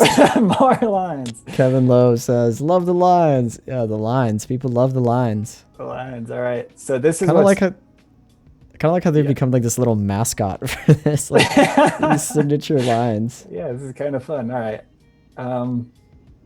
It's got a lot going on. You know what? Maybe this circle texture is what's kind of like making it. I don't know. It looks too polka dotty or something. Isaac Brocksha says, the lines are what makes this. Good old Isaac. So Isaac's my sound designer that works for Mount Mograph. Yeah. Malik says, they're rocking like a hurricane. Here I am. Yeah. Robert Brock, lines are good. We like lines. Cool, guys. All right. I mean, this is cool enough, I think. Yeah, it's going somewhere. So yeah, I don't think we have enough time to start on another comp. So We have about 6 minutes. We probably just kind of get the framework going for it, and then if we have time, we can go back to it. okay, cool. Yeah, I'll just show you. I know that like we're gonna want the next text box to have like the album name, and it'll be like debut albums. Sorry, y'all. Cool. We have Soon T Pop. Sorry if I butchered your name. Saying, nice to learn from an expert, but it's midnight back here in Thailand. We'll check out the rest later. Thanks for joining us. Yeah, thanks for Thank you joining. for sticking around at midnight. Yeah. So cool. It's from Thailand. So what is going to be a little tricky about this is since we duplicated the text layer so many times and now we want to change it, we're going to have to type this on each layer. There is, we could use an expression to pick whip the layers together. So we just change one and it affects all of them. Yeah. The reason that that might not work this time is because we did some source text animations. So I'm just going to brute through this and just go ahead and type in. And I know the name of the album is going to be Community Locker. Nice. Did not know that. There's the album name. Dane says, maybe lines are really just simple cowbells. Oops, I spelled this wrong. Lines are the yeah, new the lines cowbell. They like could be- that. They are the cowbells, aren't they? They're the motion graphic cowbells. There we go. Osborne's asking, what's the name of the font? And I believe it's Buffalo. Yeah, It's a Buffalo. premium font that Colton paid for beforehand. Yeah, you can get that on designcuts.com. It's really cool. Yeah. And they go on sale like all the time, by the way. All right. Community locker. This Nice. is gonna happen because we animated source text, so we're gonna have to delete those source texts. All right, I'm just typing this in. Oh man, come on. There we go. Cool. And that's pushing too close to the edge of the frame. I think what we're gonna want to do is make this like. In the meantime, Colin, I'm gonna try and do something cool when we switch over to design feedback. It'll be a little Easter egg that you'll recognize, but yeah, continue on and then you'll see what I'm talking about. I'm excited. So now, since we use the text animator, we can actually move these layers wherever we want, and it won't affect the animation. So, oops. So like, say we move it all the way down here, it'll still like have the same animation. So why I bring that up is because we're gonna do 2 lines of text this time. So above this, we're gonna duplicate all of these.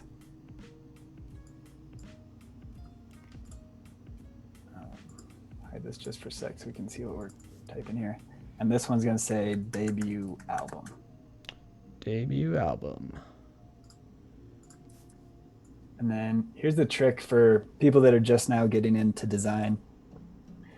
So it can be really daunting to try to decide like text hierarchy and trying to figure out what text to use for which line, you know, like the headline versus the subheadline. Right. So what you can start with is the second headline can just be 50% of the size. So let's say this is 250. We can do that math thing again. We go to 250 divided by 2. And then it's also good to mix, like if you're going to do bold, then try using light or regular. Try to mix up the weights. And then maybe this would be cool if we, why don't we just do white for this? Maybe but off-white, right? Because we never use pure. All right, 90%. Then just duplicating and replacing that so that's faster.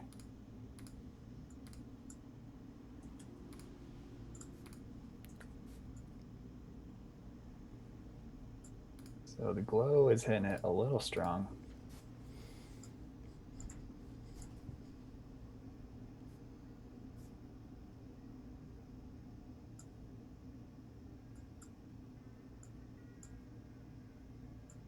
Whoa, now it's taken over. Yeah.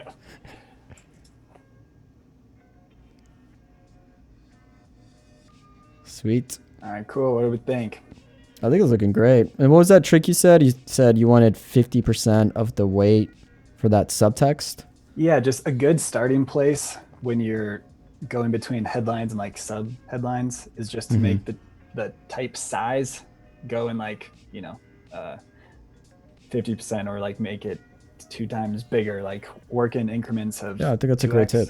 And then also mix the weights, so regular with bold or light with whatever. Nice. And maybe that's not going to turn out perfect, but it's a good starting place. Cool. Yep. I think this is great. It's actually a perfect time because right about now it's time for some design feedback. So I'm going to hop over to Discord real quick. Okay. And then let me know if you're able to see my screen. But in the meantime, check this out. Let's see if everybody can see and hear this. Here we go. Now, oh wait, hold on. I got to try that again. Hang tight. Ready? Yeah. Nice transition. That's one we did for the Adobe graphics package. Yeah, so a little Easter egg. That was a transition that Colton made for us that went on the Adobe Live Sizzle Reel, and it's also a graphics package with sound effects that somebody brought it back that we use for like these highlight reels that we pick from these streams. So yeah, there it is. It's one of the Colton made transitions with some custom sound design. Yeah, cool. Right on. All right. Tim goes slow clap. I kind of gave it away when I was like playing around trying to get it to the like live streaming project. I think like I might have played the sound or showed it. I did hear the sound. Yeah, I was like, no, distracted. I gave it away. Okay, cool. So what's happening here is, let me bring up the Premiere Pro. Here it is. So this aired. It was called the Premiere Pro Daily Creative Challenge. I think it was last week. Yeah, with Jason Levine. And it was a 5-day challenge where Jason kind of just went through the basics of how to get started in Premiere Pro. And it was super cool. I saw most of the videos and he went through all things that are like how to edit a timeline, how to get a rough cut, how to cut to the beat, how to do color adjustments, use transitions, use time remapping. So he had a great challenge there, and a bunch of you joined the Discord channel, and people are still being active in that Discord channel and doing the challenge. So what we're going to do is we're just going to look at the submissions that have been going on in there.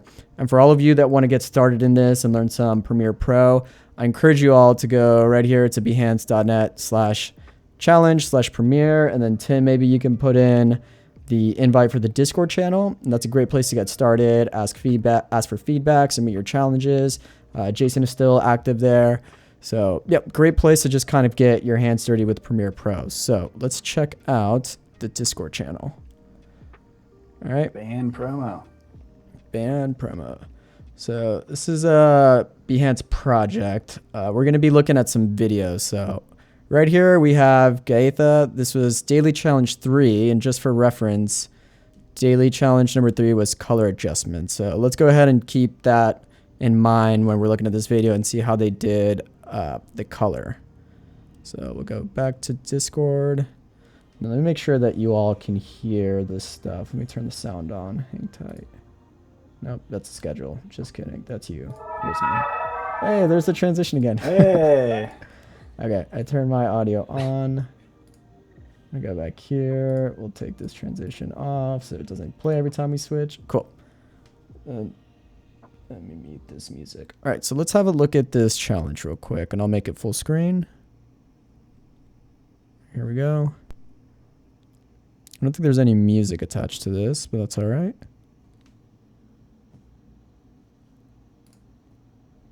So I don't think there's music, but we can just kind of look at the color. Let's look at this real quick since it was... I can hear music. You can? Well, I can't for some reason. Oh, I have to take this loud. There we go. Oh, man, that's loud. Cool. Cool. Okay, I'm going to look at it again now since I wasn't distracted. So let's look at these colors.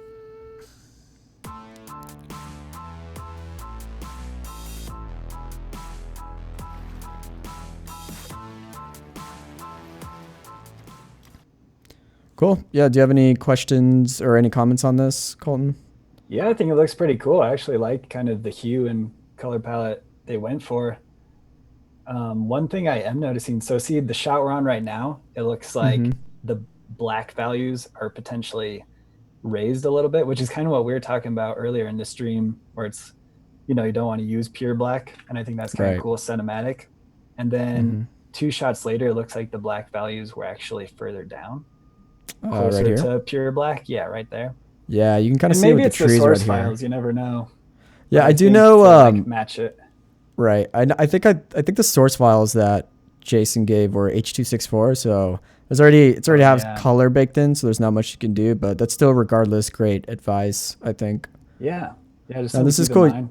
Yeah, and you can tell right here it's kind of a gloomy, overcast day. And it looks like they did kind of add like those bluish, cool hues to kind of match with this. I mean, you obviously wouldn't want to see this super warm because then you're like, where's the sun? It looks like it's overcast. So yeah. I mean, that looks nice. Yeah. I think they did a great job in keeping true to like actual real life color palettes. So great job. Great submission, Gaetha. Cool. We were looking at this one a little earlier.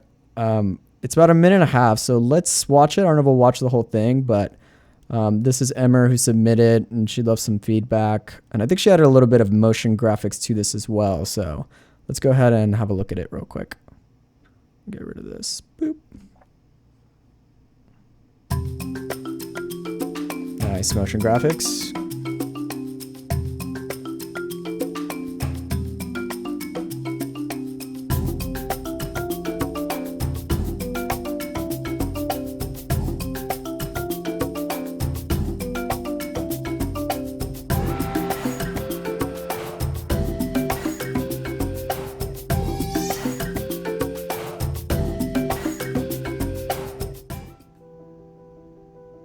Okay, getting some more motion graphics. Nice. Oh yeah. There we go. Check that out. Okay, so we have some facts about these animals. And it's got the status of they're endangered. Man, so cool. Nice. So this clearly went from one mood to a second mood.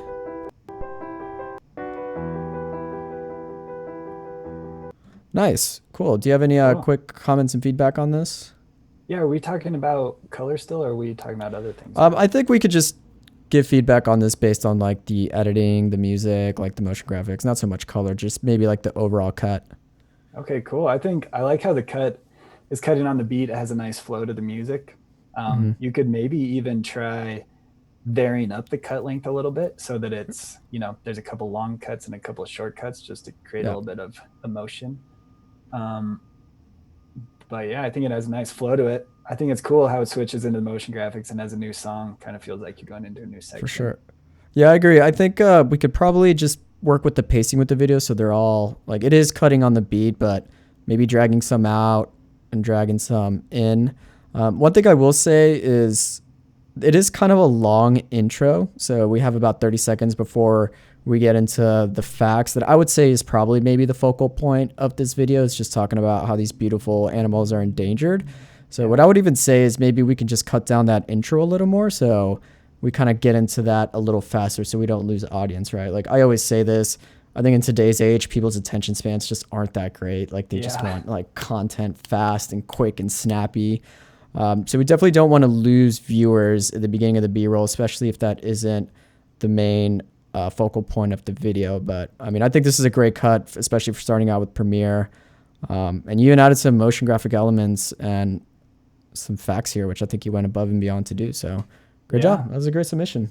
Yeah, good work. Cool. Right on. All right, let's look at a few more. So this one's called Synth. All right. So I think this one calls upon the day 2 challenge. And let's see if we can see day 2. So it's create impact, make a dynamic video edit by adjusting speed, duration, and stabilization. So let's see what we got here. Synth lover. All right, cool. Check out that texture. They're touching up on the texture we're talking about. Yeah, I love the textures. Oh yeah. Glitch effect. Ah, cool.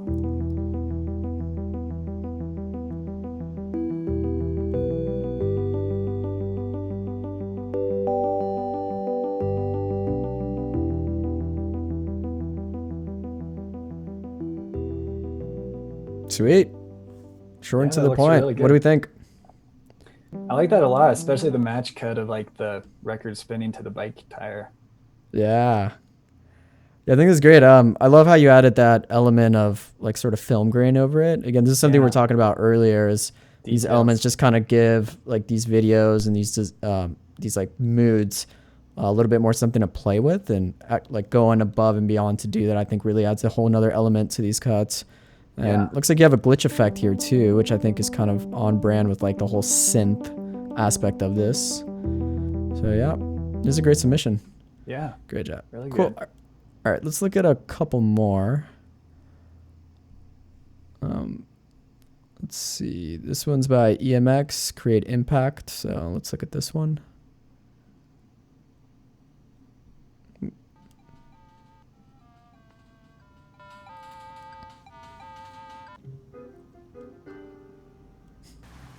Ah, match kit.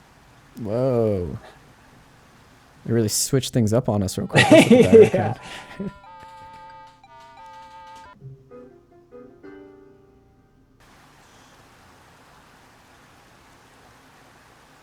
I don't know if that's in the shot or if that was a time ramp, but it's really cool how the bike, like, I think, is yeah, I going think they fast did and then do it zooms into something else. Right, I think they did do a time ramp. That was one of the things that Jason encouraged people to do, was work with time remapping. Yeah, that was a good use of it. Yeah, I agree. Especially with the music, how you kind of go from calm, like or like kind of boppy, like fast paced. Then it switches to this match cut. Yep. Yeah, it looks like you used a blend mode here too. Yeah. To go with that. Yeah. That was awesome. Great submission. Yeah, totally. Cool. All right, let's look at maybe 2 or 3 more. There's the one and only Jason Jason Levine, our video and motion and audio Adobe evangelist. Great guy. Oh, yeah. All right, let's look at this one. I think this is a final video. Oh, this is Emery. We already saw that one. Let's check this one out. Oh, just kidding. Doesn't work. Let's look at day 5. Let's see what the challenge was again with day 5 real quick, just so we know how to be judging it. All right, so day 5, we had motion graphics, I believe. 1, 2, yeah, I can count. Create an edit that contains motion graphics, trying animated titles, transitional elements. Cool, good stuff. All right, let's check that out with all this in mind.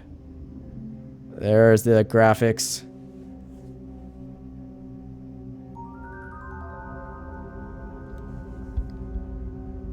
Take question mark.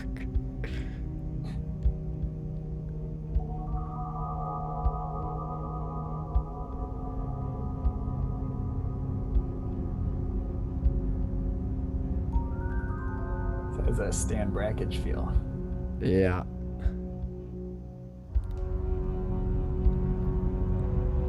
Isolation. So I think they did something pretty original here. So for context, Jason gives them all this footage that everybody can kind of interpret and edit it the way that they want. And obviously here they're kind of being on theme with everything that's going on right now, with everybody being at home for longer periods of time that we're all used to. So I think this is actually a great take on it, Rob Perry, I believe that's your name, or is it Paz? I don't know, but yeah, I think that was actually really well done and very original. Actually, is taking that footage that can honestly be interpreted any way, and then kind of giving it this like creepy, kind of maybe going crazy feeling with the black and white, with the motion graphic test. Like, what day is it? I don't know. We're all losing our minds here. Yeah, that's awesome. Oh, that's funny. Yeah, do you have any comments on that? Yeah, I really enjoyed it. I was thinking maybe like we could do even more with the text, you know, like kind of going back to what we did earlier in the stream, you know, more details, maybe tracking the font out a little bit. Like it could be like really spaced out and then it like kind of tracks together, sort of like what we did in ours. That could be a cool effect. Yeah, definitely. Something along those lines. All right, cool. Let's look at maybe 1 or 2 more. So this is the day 3 edit. And day 3 was color adjustments. So let's look at this video on the basis of color adjustments. So here we go.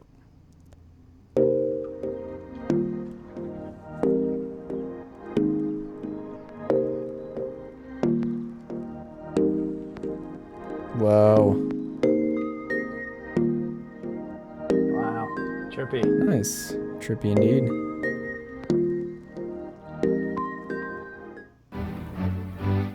Whoa.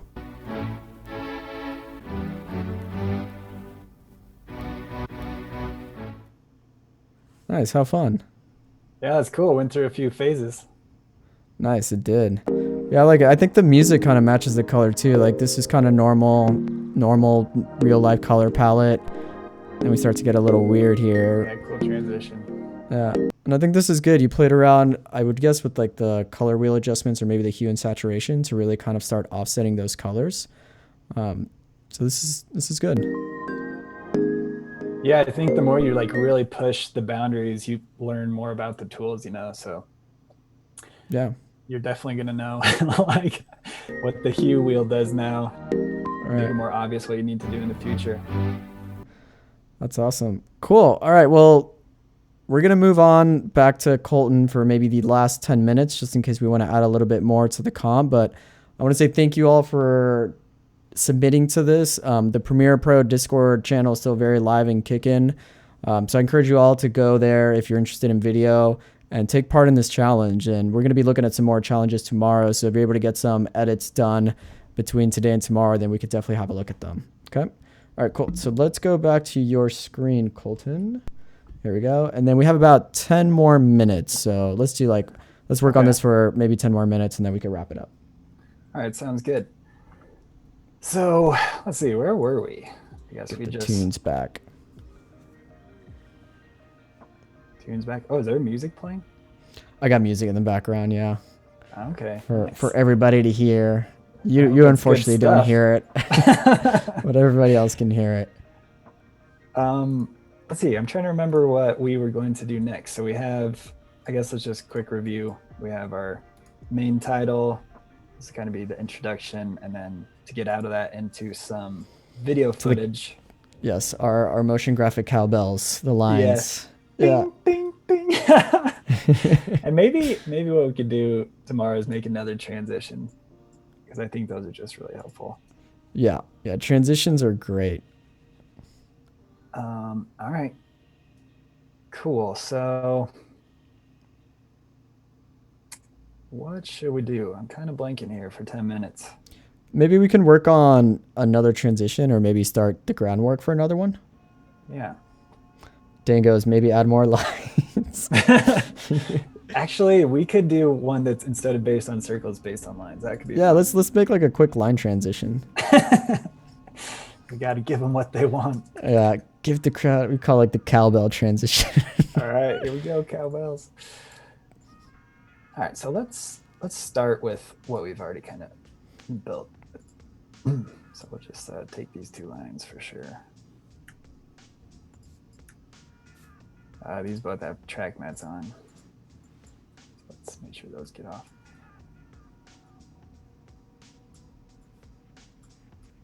All right, we know it's not going to want to go over like 1.5 seconds. Cool. So you just copy and pasted those, so we already have like all those elements then, right? Yeah, I mean, you might as well work with like the building blocks you've already created. Yeah. Work smarter, not harder. Exactly. Yeah. Yeah, my grandma always used to say that. It's funny. All right. So let's see here. We duplicate these again. Maybe with these ones we could really like make them huge. Huge. So if you're on a shape layer and you don't see like your fill and stroke, you just have to hit either G or V. That's like a common. And what does that do that again? always trips me up. Well, like just now I had clicked on my shape layer and the fill and stroke options weren't here. I was like, oh my God, where are they? You just have to switch to like a tool that actually has them. So like your pen Got it. or your Yeah. shape Sweet. tool or anything. All right.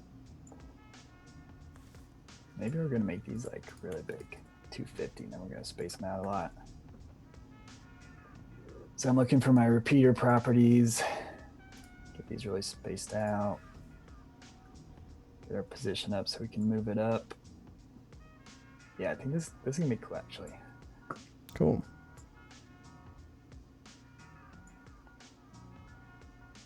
Make this one like, again, working in like increments of 2x, so 250 divided by 2 could be a good starting place.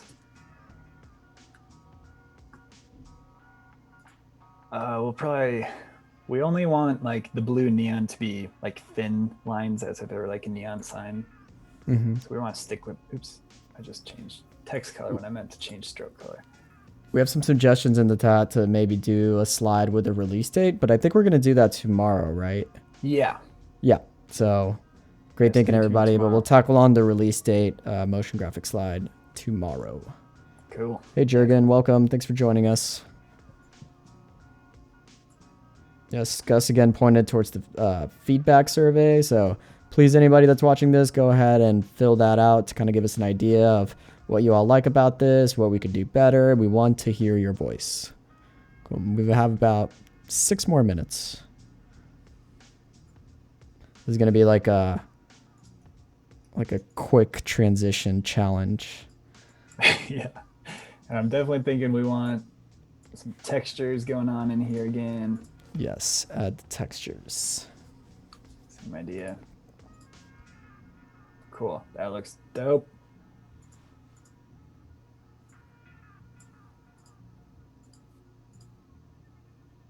And I'm remembering that when we used those textures, we had these curves to make them pop more. So let's go grab that same curves. Yeah, there we go.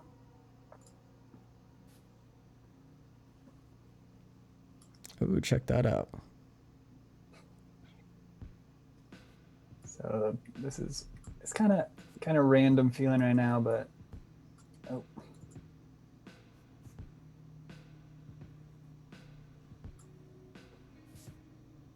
then we can paint this guy one more time. And this one will really fill up the frame. So we'll want the stroke width to be something that's actually going to Just eat completely everything. eat it. Yep, the eater. Eat it all. Yeah, that's the thing with transitions. They're great at hiding cuts. Like if you just have normal cuts, it's just like, oh, how do we get from here to here? But speaking of motivators, like we were talking about yesterday or like earlier today, these are great to kind of motivate into a next scene. So the key for this to pull off is we got to have it eat that whole screen. Yep, exactly. So no We need blackness. at least something that completely takes up every pixel. All right, so that's going to be Take this it all guy. over. Yep. Eat all the pixels. And it's okay. It's kind of random. Yeah. I like the dark brown on top of the red. It's kind of cool. So Yeah, that maybe is cool. take another one of those. Move this one up.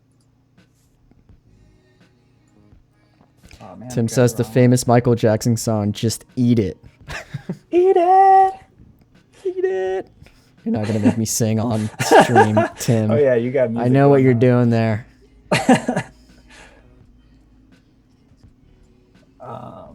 Yeah. And these ones are kind of like feeling random now.